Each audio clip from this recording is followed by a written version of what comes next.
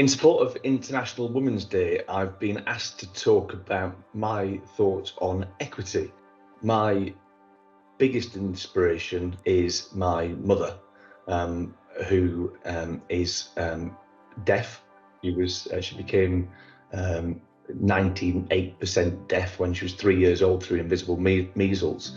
And why she's been such an inspiration and how that connects to equity is that whilst Mum was for a number of years bringing up 4 children all by herself while Dad was out doing 3 jobs, which was a remarkable feat for somebody who's deaf and can't tell what the kids are up to behind her back, and she kept us all in check and she brought us up to be good citizens.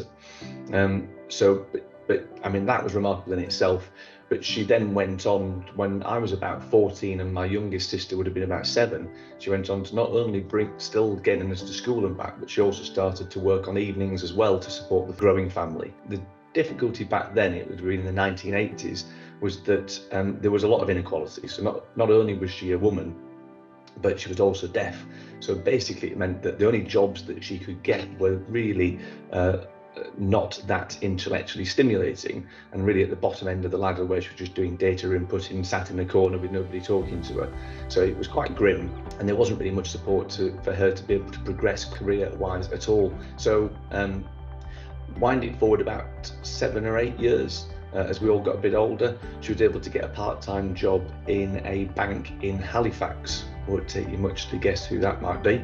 Now, again, she got the job off the back of the fact that she's a bright, intelligent, impressive lady, but she was still deaf, and so there were still lots of limitations as to the role that she could do back then.